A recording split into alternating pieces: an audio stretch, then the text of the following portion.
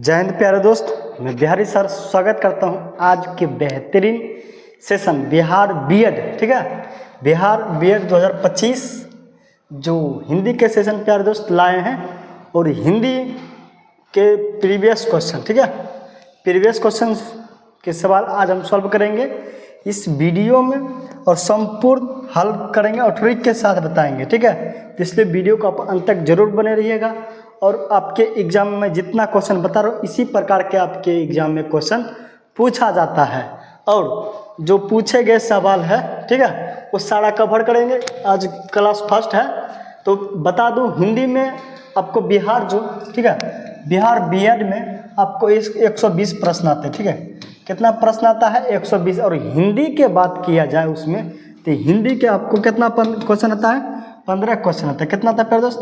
15 question पूछा जाता है, आपको हिंदी से सवाल पूछा जाता है।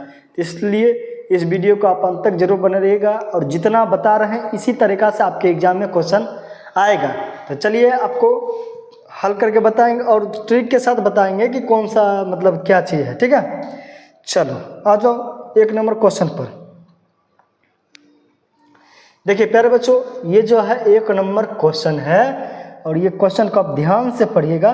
देखिए सबसे पहले आपको मैं बता दूं कि आपको गद्यांश से भी क्वेश्चन आता है। ठीक है, गद्य से भी आपको क्वेश्चन यानी गद्य से भी क्वेश्चन आपको एग्जाम में पूछा जाता है। ठीक है, इसलिए गद्य को आप बहुत बेहतरीन तरीका से पढ़िएगा और ध्यान से पढ़िएगा, तभी आपको गद्य पूरी अच्छी तरीक़ा से बन जाएगा। ठीक है, नहीं तो आप गलत आंसर मारिएगा। इसलिए गद्य को बढ़िया से पढ़ने का आदत लगाइए। चलिए हम पढ़ के बताते हैं और इसका राइट आंसर बताएंगे।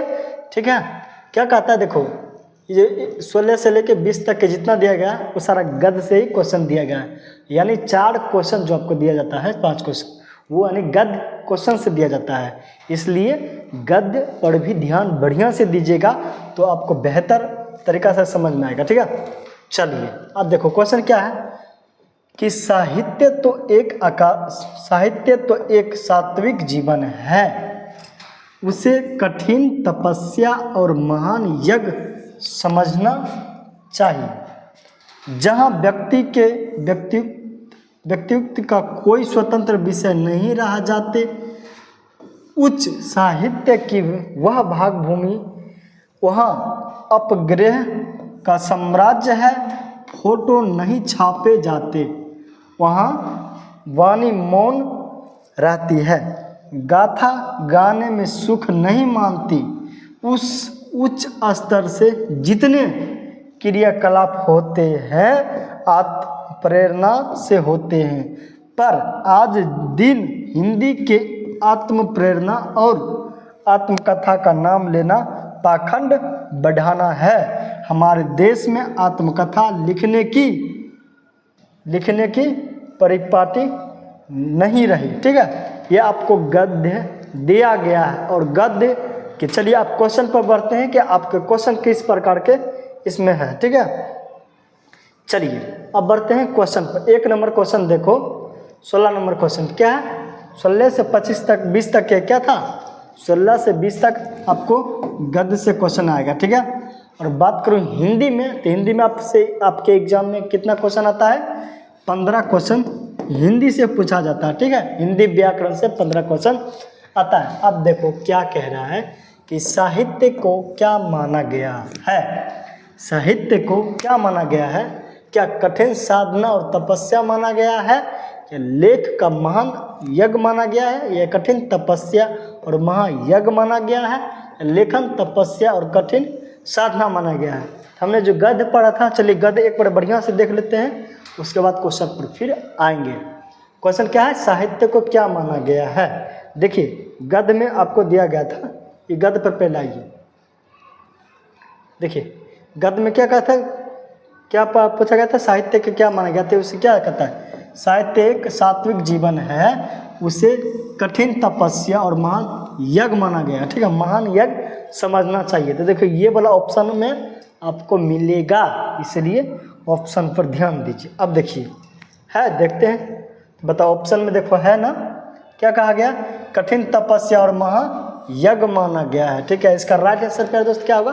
इसका राइट आंसर नंबर सी, ये गलत होगा, कठिन तपस्या साधना नहीं होगा, ये भी गलत। इसका राइट आंसर क्या होगा प्यारे दोस्त? Number C. समझ में आया इतना बात?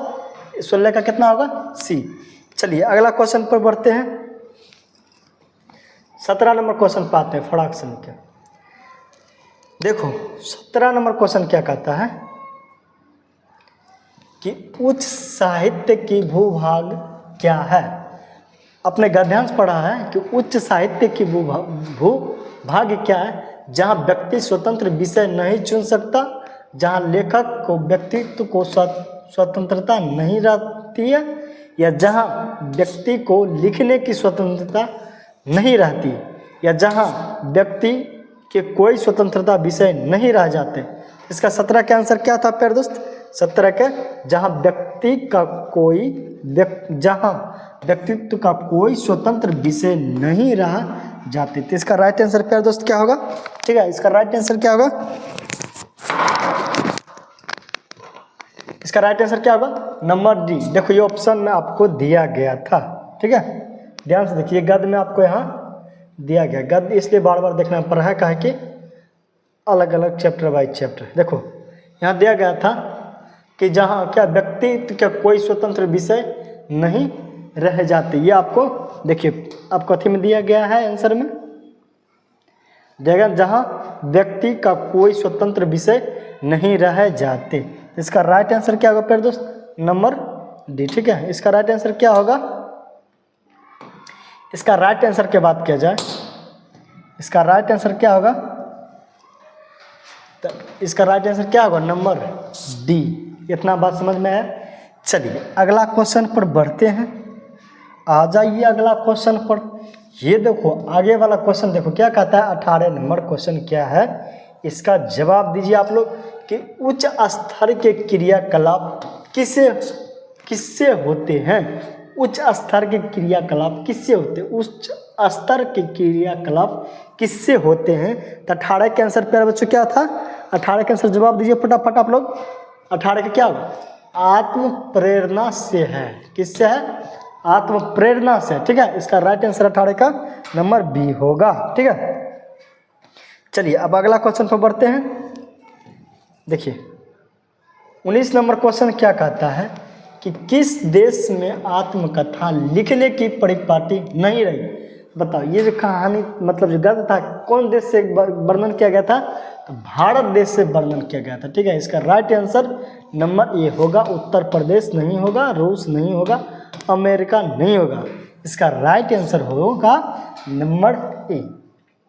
चलिए अब आगे क्वेश्चन पर बढ़ते हैं। 20 नंबर क्वेश्चन देखो क्या है। 20 नंबर क्या है कि हिंदी में किस विद्या का पाखंड कहा गया? बताओ किसे पाखंड माना गया था?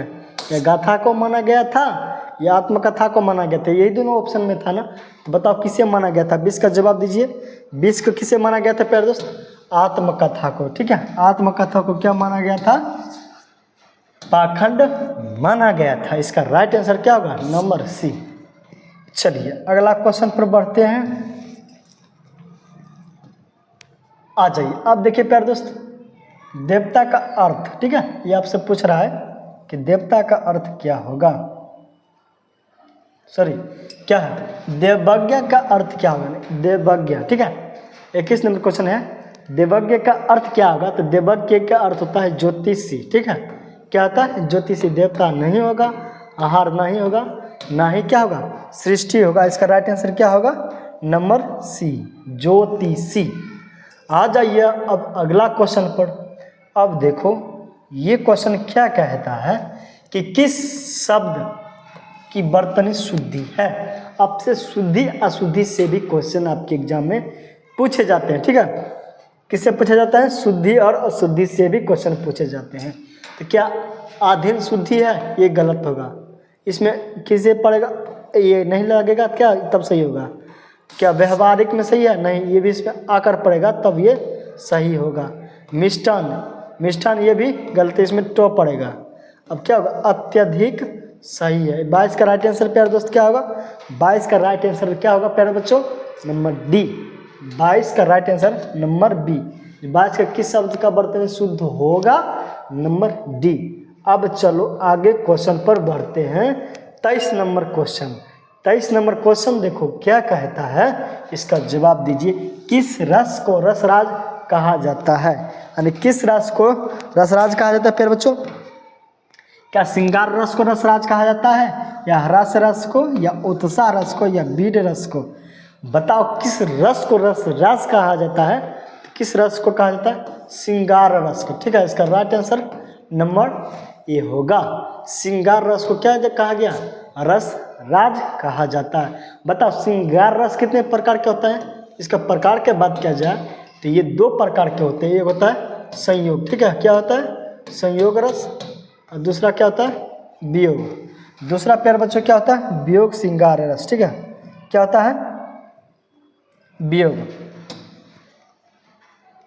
क्या होता है प्यारे बच्चों? दूसरा होता है वियोग। समझ में आ रहा है क्या होता है? वियोग। इसका राइट आंसर क्या होगा? Number A. चलो अगला क्वेश्चन पर बढ़ते हैं। अगला क्वेश्चन पर आ जाओ।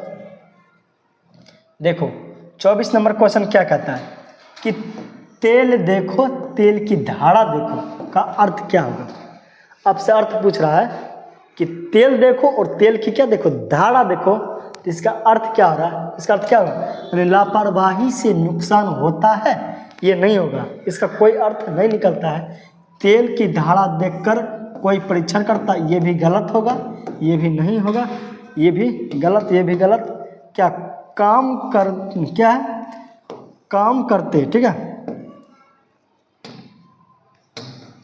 काम करते समय उसकी पहचान करना, ये इसी का अर्थ क्या था? तेल देखो तेल की धारा देखो, यानी काम करते समय क्या ना उसकी पहचान देखना चाहिए। इसका राइट आंसर क्या होगा? Number C. इसका राइट आंसर प्यारे बच्चों क्या होगा? Number C. ठीक है, इसका राइट आंसर क्या होगा? Number C. चलो आ जाओ अगला क्वेश्चन पर। 24 नंबर क्वेश्चन देखो क्या कहता है कि 24 नंबर क्वेश्चन प्यारे बच्चों क्या है कि मुख का विलोम शब्द है। मुख का विलोम शब्द पूछ रहा है, तो मुख का विलोम शब्द क्या होगा? क्या विमुख होगा, या गौण होगा, या प्रतिमुख होगा, या सामान्य होगा? 25 का राइट आंसर क्या होगा प्यारे दोस्त? मुख का विलोम गौण होगा, नहीं विमुख नहीं होगा, नहीं मुख्य पूछ रहा। ठीक है, मुख्य की क्या होता है? प्रतिमुख। इसका राइट आंसर बी नहीं, सॉरी डी होगा, सी होगा। क्या होगा? गौण होगा। मुख का विलोम शब्द क्या होगा प्यारे बच्चों? Number C. क्या होगा? गौण होगा। समझ में आया? चलो अगला क्वेश्चन पर बढ़ते हैं। विलोम शब्द से भी आपके एग्जाम में क्वेश्चन आता है। अब बताइए अब आगे क्या? पर्यायवाची शब्द से भी देखो एक क्वेश्चन आपके एग्जाम में रहेगा। ठीक है, इसलिए पर्यायवाची शब्द बढ़िया से याद रखना। क्या पूछ रहे? कमल का पर्यायवाची शब्द क्या होगा? क्या रजनीगंधा होगा, या गुलाब होगा, या अम्बुज होगा, या मल्लिका होगा? प्यारे दोस्त किसका होगा इसका राइट आंसर बताइए। 26 का क्या होगा? 26 का नंबर सी होगा। कमल का पर्यायवाची शब्द क्या होता है? क्या होता है? अम्बुज होता है। क्या होता है? अम्बुज होता है। चलो इतना बात समझ में आया। अब बढ़ते हैं 27 नंबर क्वेश्चन पर फटाफट। चलिए, किस वाक्य में आपदान कारक है? आपसे पूछ आपदान कारक। पहले ये बताओ कि आपदान कारक किसे कहते हैं? आपदान कारक उसे कहते हैं जो किसी चीज़ को क्या करता है? बिछुड़ता है, अलग करता है, उसे हम आपदान कारक कहते हैं। जैसे मतलब गंगा हिमालय से निकलती है। क्या होगा? गंगा हिमालय से निकलती है। इसका राइट आंसर क्या होगा? Number C. ये नहीं होगा, ये नहीं होगा, नहीं ये होगा। ठीक है, अब एक और एग्जाम्पल दीजिए तो कोई आप कमेंट में जरूर दीजिए आपदान कारक का। एक और क्या होगा कि बिल्ली छत से कूदती है, ये भी आपदान कारक हुआ। ठीक है, चलिए अब अगला क्वेश्चन पर बढ़ते हैं। 28 नंबर क्वेश्चन देखो क्या कहता है, इसका जवाब दीजिए कि रेलगाड़ी शब्द है। रेलगाड़ी शब्द पर दोस्त क्या है? तत्सम है, या देशज है, या विदेशज है, या संकर है? बताओ रेलगाड़ी। ठीक है, क्या है? रेलगाड़ी। अब से क्या पूछ रहा है? रेलगाड़ी पूछ रहा है। क्या पूछ रहा है? रेलगाड़ी। ठीक है, रेलगाड़ी। रेलगाड़ी शब्द पूछ रहा है दोस्त। देखो पहले अगर जो बात क्या है, ये रेल जो शब्द होता है ये अंग्रेजी शब्द, ठीक है, कौन सा शब्द है, अंग्रेजी शब्द। यही गाड़ी के बात किया जाए तो ये हिंदी शब्द है, ठीक है, कौन सा शब्द है, हिंदी शब्द। अब समझो रेल अंग्रेजी शब्द और गाड़ी क्या है, रेल अंग्रेजी, गाड़ी हिंदी शब्द है। तो दोनों मिलके जब भी दो शब्द मिलके बनता है, ठीक है, तो उसे कौन सा शब्द कहते हैं, संकर शब्द। संकर शब्द उसे कहते हैं अलग अलग भाषाओं के मिलके एक शब्द बनाया जाता है, उसे हम संकर शब्द कहते हैं। इसका राइट आंसर क्या होगा, नंबर डी होगा, ठीक है, इसका राइट आंसर नंबर डी होगा। चलो अब 29 नंबर क्वेश्चन पर आ जाओ। क्या कहता है कि त्रिफला में कौन सा समास है। पहले बताओ समास किसे कहते हैं, समास किसे कहते हैं, दो या दो से अधिक शब्दों के मिलकर बने नए सार्थक शब्द को समास कहते हैं। अब बताओ समास, क्रमधारय समास किसे कहते हैं, जिसमें विशेषण विशेष्य हो, क्रमधारय समास। अव्ययभाव समास किसे कहते हैं, और द्वंद्व समास किसे कहते हैं, द्विगु समास किसे कहते हैं। देखो द्वंद्व समास किसे कहते हैं, जिसमें दोनों पद क्या हो, प्रधान हो, ठीक है, दोनों पद क्या हो, प्रधान हो और इसमें योजक चिन्ह लगा रहे। द्विगु समास किसे कहते हैं, जिस समास में प्रथम पद संख्या वाचक हो उसे हम द्विगु समास कहते हैं। बताओ त्रिफला, त्रिफला मतलब क्या होता है, तीन फल, ठीक है, यानी त्रिफला एक संख्या यहाँ दर्शाया गया है तीन का, ये कौन सा समास कहलाएगा, द्विगु समास। इसका राइट आंसर बात किया जाए तो नंबर डी होगा। चलो अगले क्वेश्चन पर बढ़ते हैं, आ जाइए फटाक से लेके। अब दो प्यारे बच्चों इसका जवाब दीजिए कि लेखक शब्द के अंत में कौन सा प्रत्यय है। बताओ पहले बताओ कि प्रत्यय किसे कहते हैं, प्रत्यय की परिभाषा बताइए। प्रत्यय यानी जब किसी शब्द के वो शब्दांश के अंत में जुड़ा रहता है उसे हम क्या कहते हैं, प्रत्यय कहते हैं। यानी किसी भी शब्द के अंत में जुड़े अंश को हम प्रत्यय कहते हैं।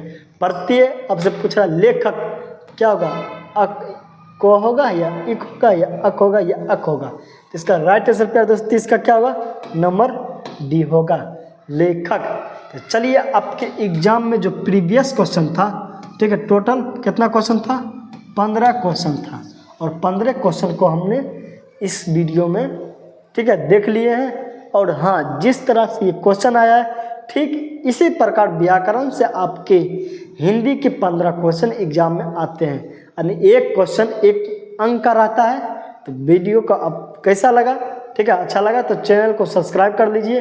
और बीएड का पूरा तैयारी इसी चैनल पर कराया जाए, एकदम बिल्कुल फ्री, ठीक है। तो मिलते हैं नेक्स्ट वीडियो में प्यारे बच्चों, जय हिंद, बाय बाय।